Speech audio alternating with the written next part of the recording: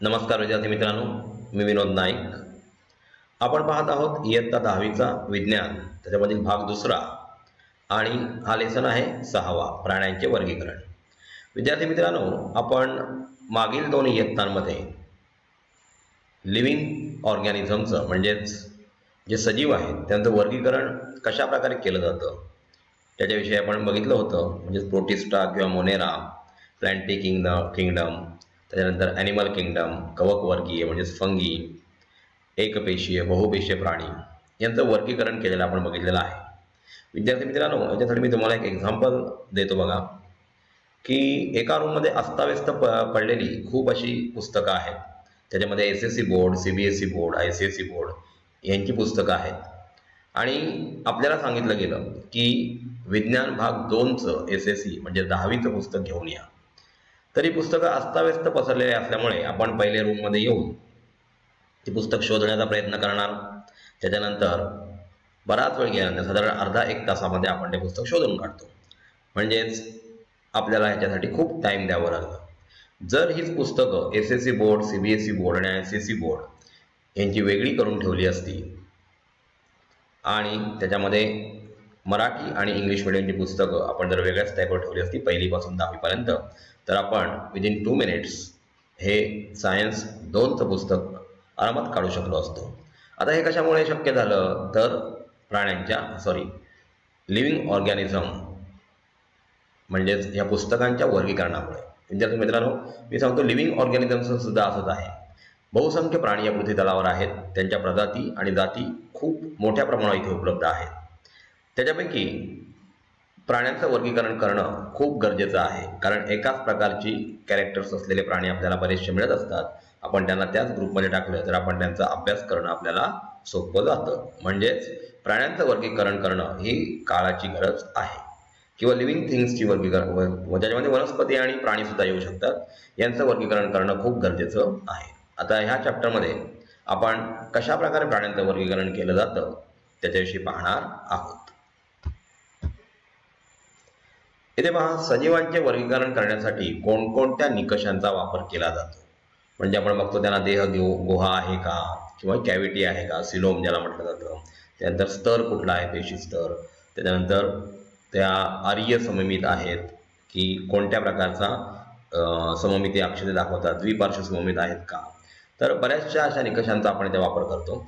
आता विद्यार्थी मित्रांनो, मागील इयत्तांमध्ये आपण सजीवांच्या वर्गीकरणाची माहिती घेतलेली आहे. आपल्या सभोवताली आढळणारे सजीव प्रामुख्याने वनस्पती आणि प्राणी हे आहेत आणि त्यांच्या वर्गीकरणाचे विविध निकष म्हणजे क्रायटेरिया आपण बघितलेले आहेत. आता याच्याविषयी एक तक्ता पुढील स्लाइडमध्ये येणार आहे. तो तक्ता विद्यार्थी मित्रांनो तुम्हाला भरायचा आहे, कारण आपण गेल्या वर्गांमध्ये म्हणजे 8वी, 9वी किंवा 7व्या इयत्तेमध्ये वनस्पतीचं क्लासिफिकेशन किंवा लिव्हिंग ऑर्गॅनिझमचं क्लासिफिकेशन याच्याविषयी सखोल अभ्यास केलेला आहे. हा पहा, तुमच्या समोर एक तक्ता आहे, त्याच्यात काही ब्लँक स्पेसेस सोडलेले आहेत. तर हे ब्लँक स्पेसेस आपण विचार करून किंवा मागच्या इयत्तांची पुस्तकं बघून आपल्याला तो तक्ता भरायचा आहे आणि याचं नोटिंग डाऊन आपल्या वहीमध्ये करायचं आहे. म्हणजेच तुम्हाला कळेल की कशा प्रकारे सजीवांचं वर्गीकरण आपण याच्यापूर्वी शिकलेलो आहोत आणि यावर्षी सुद्धा आपल्याला त्या सजीवांचं वर्गीकरण करायचं आहे. नुकत्याच केलेल्या अभ्यासानुसार विद्यार्थी मित्रांनो लक्षात घ्या, पृथ्वीवर अंदाजे 7 दशलक्ष प्रकारच्या प्राण्यांच्या प्रजाती असाव्यात असा अंदाज वर्तवला गेलेला आहे. हा फक्त अंदाज आहे, प्रेडिक्शन आहे की 7 दशलक्ष प्राणी या पृथ्वीवर असावेत, त्यांच्या प्रजाती असाव्यात. यातील प्रत्येक प्रजातीचा अभ्यास करणे केवळ अशक्य आहे. म्हणजे प्रत्येक सजीव जर आपण एक एक घेतला आणि त्याचा अभ्यास करायला गेलो तर आपले कित्येक जन्म त्यासाठी घालवावे लागतील. परंतु जर प्राण्यांचे साम्य आणि फरक यावर आधारित गट आणि उपगट तयार केले तर या प्रचंड संख्येने असलेल्या प्राण्यांचा अभ्यास करणे खूप सोपे जाईल. म्हणजे गटामध्ये आपण जर विभागणी केली, जसं मी सुरुवातीलाच सांगितलं की पुस्तकं आपण 1ली ते 10वीपर्यंतची वेगवेगळ्या बोर्डनुसार जर विभागणी केली असती तर सायन्स 10वीचं पुस्तक आपल्याला इझिली शोधता आलं असतं आणि 2 मिनिटात आपण ते पुस्तक शोधून आणलं असतं. म्हणजेच कोणत्याही गोष्टीचा अभ्यास व्यवस्थित करण्यासाठी आपल्याला त्यांचा गट आणि उपगट करणं खूप गरजेचं असतं आणि त्याविषयी आपण या लेसनमध्ये शिकणार आहोत. पहा, लिव्हिंग थिंग्सच्या वर्गीकरणाचे फायदे काय आहेत. प्राण्यांचा अभ्यास करणे सोयीस्कर होते. म्हणजे आपण कोणत्या गटामध्ये त्याला विभागलेला आहे त्याप्रमाणे आपण त्याचा पेशीस्तर कसा असेल, त्याची देहगुहा कशी असेल, म्हणजे सिलोम कॅव्हिटी असेल का, किंवा त्याची सममिती कशी असेल याचा विषय सुद्धा आपण अभ्यास योग्य प्रकारे करू शकतो आणि त्याच्यामुळे प्राण्यांचा अभ्यास करणं सोयीस्कर जातं. एखाद्या गटातील मोजक्या प्राण्यांचा अभ्यास केला तरी त्या गटातील सगळ्या प्राण्यांविषयी माहिती मिळते, कारण पर्टिक्युलर गोष्टी विचारात घेऊन त्या प्राण्यांना आपण विभागलेले असते. प्राण्यांच्या उत्क्रांतीविषयी माहिती मिळते. उत्क्रांती म्हणजे एका प्राण्यापासून दुसरा प्राणी कसा तयार झाला. म्हणजे तुम्हाला सांगितलं की 4.5 दशलक्ष वर्षापूर्वी समुद्रामध्ये एक पेशी तयार झाली आणि एक पेशीमध्ये उत्क्रांती होऊन आज जे आपण बहुसंख्य प्राणी या पृथ्वीवर बघतो त्यांची उत्क्रांती होत गेली. प्राण्यांना ओळखणे सोपे होते आणि त्यात अचूकता येते. हा महत्त्वाचा फायदा वर्गीकरणाचा आहे. म्हणजे प्राण्यांना आपण सहजगत्या ओळखू शकतो. प्राण्यांचे इतर सजीवांशी असलेले नाते समजायला मदत होते. प्रत्येक प्राण्याचा अधिवास म्हणजे राहण्याचं ठिकाण, निसर्गातील नेमके स्थान समजायला मदत होते. प्राण्यांतील वेगवेगळ्या प्रकारच्या अनुकूलनाची माहिती होते. म्हणजे कशा प्रकारे त्यांच्यामध्ये रिप्रोडक्शन होतं किंवा कशा प्रकारे ते नवीन जीव तयार करू शकतात याच्याविषयी सुद्धा माहिती आपल्याला त्यांच्या वर्गीकरणातून विद्यार्थी मित्रांनो मिळत असते. बघा, एरिस्टॉटल यांनी प्राण्यांचे वर्गीकरण करताना त्यांच्या शरीराचे आकारमान, आता एरिस्टॉटल नावाचे सायंटिस्ट होते, बायोलॉजिस्ट, त्यांनी त्यांचं वर्गीकरण करताना कोणत्या गोष्टींचा विचार केला तर पहिली गोष्ट म्हणजे शरीराचे आकारमान, त्यांच्या सवयी कशा आहेत, ते कशा प्रकारे राहतात, किंवा अधिवास त्यांचं राहण्याचं ठिकाण कोणतं आहे यांचा विचार केला.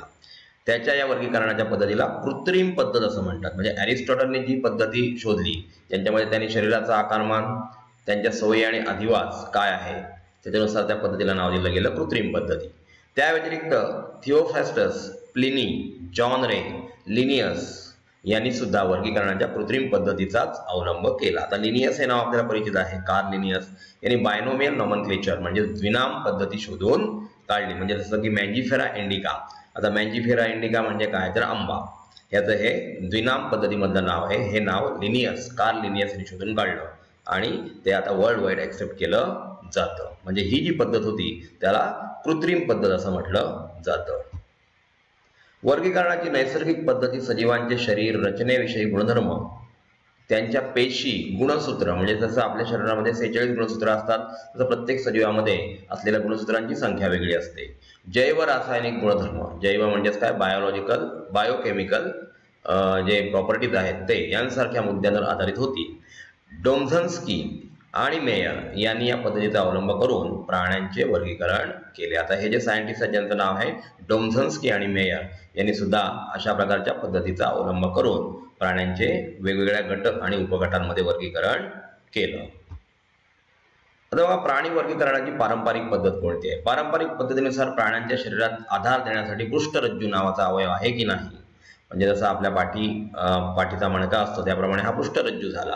यावरून असमपृष्ठरज्जू, म्हणजे जर पृष्ठरज्जू नावाचा अवयव नसेल तर असमपृष्ठरज्जू आणि असेल तर त्याला समपृष्ठरज्जू प्राणी असं वर्गीकरण करण्यात आलं. म्हणजे व्हर्टेब्रेट आणि इनव्हर्टेब्रेट अशा प्रकारे या प्राण्यांचं वर्गीकरण करण्यात आलं. म्हणजे शरीराला आधार, आपला पाठीचा मणका आपल्या शरीराला आधार देत असतो हे आपल्याला माहित आहे. स्पायनल कॉर्ड त्याच्यातून जात असते. म्हणजे अशा प्रकारे त्यांच्या आधार देण्याच्या पद्धतीवरून प्राण्यांचे पारंपरिक पद्धतीनुसार 2 भागात विभाजन करण्यात आलं. लक्षात घ्या विद्यार्थी मित्रांनो, रॉबर्ट विटाकर यांच्या पंचसृष्टी पद्धतीनुसार फक्त सर्व बहुपेशी प्राण्यांचा समावेश प्राणीसृष्टीमध्ये केला आहे. म्हणजे आपण त्यांचं बघितलं होतं 8व्या इयत्तेमध्ये पंचसृष्टी वर्गीकरण कशा प्रकारे करतात त्याच्याविषयी आपण डिटेल स्टडी केलेला आहे. या पद्धतीमध्ये म्हणजे पंचसृष्टी पद्धतीनुसार प्राण्यांचे वर्गीकरण करताना शरीराचे रचनात्मक संघटन कशा प्रकारे, म्हणजे पेशी लेवल कशी आहे किंवा पेशी स्तर कसा आहे, शरीराची सममिती म्हणजे आर्य सममित आहे का किंवा द्विपार्श्व सममित आहे, देहगुहा आहे की नाही म्हणजे सिलोम कॅव्हिटी ज्याला म्हटलं जातं, जनन स्तर किंवा खंडीभवन कोणत्या प्रकारचं आहे, फ्रॅगमेंटेशन कशा प्रकारचं आहे, या आणि यांसारख्या काही मुद्द्यांचा आधार घेतलेला आहे. म्हणजे रॉबर्ट विटाकर यांची जी पंचसृष्टी पद्धती आहे प्राणीसृष्टी वर्गीकरण करण्याची ती अशा प्रकारे रचनात्मक संघटन, शरीराची सममिती, देहगुहा, जननस्तर आणि खंडीभवन या मुद्द्यांचा आधार घेऊन केलेली आहे. असमपृष्ठरज्जू प्राणी जे आहेत या प्राण्यांची वैशिष्ट्य काय आहेत तर शरीरामध्ये पृष्ठरज्जू ज्याला नोटोकॉड असं म्हटलं जातं नावाचा आधारक असतो. हा शरीराला आधार देण्याचं काम करतो. ग्रसणीमध्ये कल्लाविदरे नसतात. ग्रसनी म्हणजे तिथून श्वासोच्छ्वास केला जातो. जिथे कल्ला विधाने नसतात म्हणजेच कल्ले माशामध्ये असतात त्याप्रमाणे नसतात. चेतारज्जू नर्व कॉर्ड असेल तर तो युग्मांगी म्हणजे पेअर्ड, भरीव, सॉलिड आणि शरीराच्या अधर बाजूस व्हेंट्रल साईडला असतो, डॉर्सल साईडला नसतो. म्हणजे असेल तर तो पेअर्ड असतो किंवा सॉलिड भरीव असतो आणि व्हेंट्रल साईडला असतो. हृदय असेल तर ते शरीराच्या पृष्ठबाजूस म्हणजे डॉर्सल साईड, पुढील साईड, जसं आपल्या पृष्ठबाजूस हृदय आहे त्याप्रमाणे असेल तर ते डॉर्सल साईडला म्हणजे पृष्ठबाजूस असते. ही असमपृष्ठरज्जू प्राण्यांची वैशिष्ट्ये आहेत. इथे पहा असमपृष्ठरज्जू प्राणी 10 संघांमध्ये विभागले गेलेले आहेत. ते 10 संघ कोणते आहेत? संघांना फायलम असं म्हटलं जातं. ते म्हणजे अधिजीवी म्हणजे प्रोटोझोआ, रंध्रीय म्हणजे पॉरिफेरा म्हणजे स्पंज हे आपण एक्झाम्पल बघितलं होतं. सिलेंटेरेटा म्हणजे किंवा निडारिया, सिलेंटेरेटा किंवा निडारिया. विद्यार्थी मित्रांनो इथे बघा सिलेंटेरेटाचं स्पेलिंग COE असं आहे पण त्याचा उच्चार प्रोनाउन्सिएशन C असा करायचा आहे. आणि निडारिया याच्यामध्ये C सायलेंट आहे.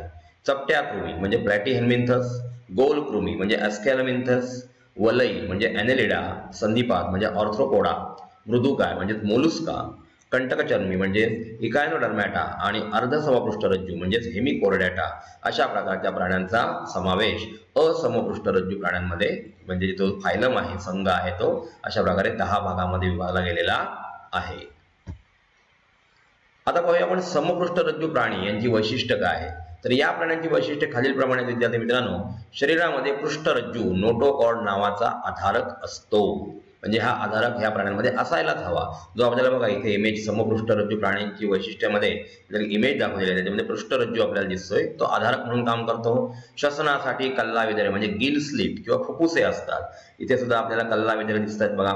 हे माशाचं स्ट्रक्चर आहे. त्याचा चेतारज्जू एकच पोकळ आणि शरीराच्या पृष्ठबाजूस असतो. बघा चेतारज्जू म्हणजे स्पायनल कॉर्ड आपण म्हणू शकतो त्याला. ती शरीराच्या एकाच बाजूस असते आणि ती पोकळ असते. ते सुद्धा शरीराच्या अधर बाजूस असते म्हणजे पुढल्या साईडला बघा आपल्याला हृदय दिसतंय. आणि अशा प्रकारे ही समपृष्ठरज्जू प्राण्यांची वैशिष्ट्ये आहेत. पृष्ठरज्जू ही शरीराला आधार देणारी लांब दोऱ्यासारखी संरचना प्राण्यांच्या शरीरात पृष्ठबाजूस असते म्हणजे व्हेंट्रल साईडला ती आपल्याला पृष्ठरज्जूची रचना ह्या समपृष्ठरज्जू प्राण्यांची वैशिष्ट्ये ह्या इमेजमध्ये दिसत आहेत. सर्व समपृष्ठरज्जू प्राण्यांचा समावेश एकाच संघात केलेला आहे आणि त्या संघाचे नाव सुद्धा समपृष्ठरज्जू प्राणी संघच असं ठेवलेले आहे. जसं आपण असमपृष्ठरज्जू प्राण्यांमध्ये 10 फायलम बघितले तसं समपृष्ठरज्जू प्राण्यांमध्ये फक्त एकच संघ आहे आणि त्याचं नाव समपृष्ठरज्जू असं आहे. समपृष्ठरज्जू प्राणी संघाची विभागणी 3 उपसंघात म्हणजे त्याचे उपगट केलेले आहेत. हे 3 उपसंघ म्हणजे युरोकॉर्डॅटा, त्याच्यानंतर सेफेलोकॉर्डॅटा आणि व्हर्टिब्रेटा. आता व्हर्टिब्रेटा जी आहे त्याचे उपसंघाचे परत 6 वर्गात वर्गीकरण केलेलं आहे. ते म्हणजे चक्रमुखी म्हणजे क्लास सायक्लोस्टोमॅटा, नंतर मत्स्य क्लास पायसेस, नंतर उभयचर क्लास ॲम्फिबिया, सरीसृप म्हणजे क्लास रेप्टिलिया, पक्षी म्हणजे क्लास एव्ज आणि सस्तन म्हणजे क्लास मॅमेलिया. हे आपण सर्व क्लासेस या पाठामध्ये स्टडी करणार आहोत. तर ही समपृष्ठरज्जू प्राण्यांची विभागणी केलेली आहे. इथे पहा प्राणीसृष्टीमध्ये 2 उपसृष्टी आपल्याला दिसत आहेत. एक असमपृष्ठरज्जू आणि दुसरी आहे समपृष्ठरज्जू. म्हणजे आतापर्यंत आपण जे काही रीडिंग केलं त्याच्यानुसार आपल्याला स्केमॅटिक डायग्राम इथे दिसते. विद्यार्थी मित्रांनो अशा प्रकारच्या डायग्रामवरून आपण आतापर्यंत जे काही शिकलो ते तुम्ही सुद्धा लक्षात ठेवू शकाल. अशा प्रकारची फ्लो चार्ट काढावेत आणि लक्षात ठेवण्यासाठी आपल्याला या फ्लो चार्टचा खूप मदत होतो. आता उपसृष्टी असमपृष्ठरज्जूमध्ये बघा संघ कोणकोणते आहेत तर अधिजीव, रंध्रीय, सिलेंटेरेटा, चपटेकृमी, गोलकृमी, वलई, संधिपाद, मृदुकाय, कंटकचर्मी आणि अर्धसमपृष्ठरज्जू. हे सर्व संघांची यादी आपण आधी वाचलेली आहे. त्याचा आपण इथे समरी केलेली आहे. त्याच्यानंतर दुसरा आहे समपृष्ठरज्जू. याच्यामध्ये संघ समपृष्ठरज्जूच आहे त्याचं नाव आणि त्याचे 3 उपसंघ आहेत युरोकॉर्डॅटा, सिफॅलोकॉर्डॅटा आणि व्हर्टिब्रेटा. आता व्हर्टिब्रेटामध्ये परत 6 वर्ग आहेत. चक्रमुखी सायक्लोस्टोमॅटा, मत्स्य म्हणजे पायसेस, उभयचर म्हणजे ॲम्फिबिया, सरीसृप म्हणजे रेप्टिलिया, पक्षी म्हणजे एव्ज आणि सस्तन म्हणजे मॅमेलिया. अशा प्रकारच्या 6 वर्गामध्ये त्याची विभागणी केलेली आहे. तर विद्यार्थी मित्रांनो आपण या पहिल्या सेशनमध्ये प्राण्यांच्या वर्गीकरणाच्या पहिल्या सेशनमध्ये पाहिलं की कशा प्रकारे समपृष्ठरज्जू आणि असमपृष्ठरज्जू प्राण्यांची विभागणी केलेली आहे. समपृष्ठरज्जू आणि असमपृष्ठरज्जू प्राणी म्हणजे काय, त्यांची कशा प्रकारे फायलममध्ये वेगवेगळ्या फायलममध्ये विभागणी केलेली आहे आणि त्या फायलमची स्टडी आपण येणाऱ्या पुढल्या स्लाइड्समध्ये पाहणार आहोत. धन्यवाद.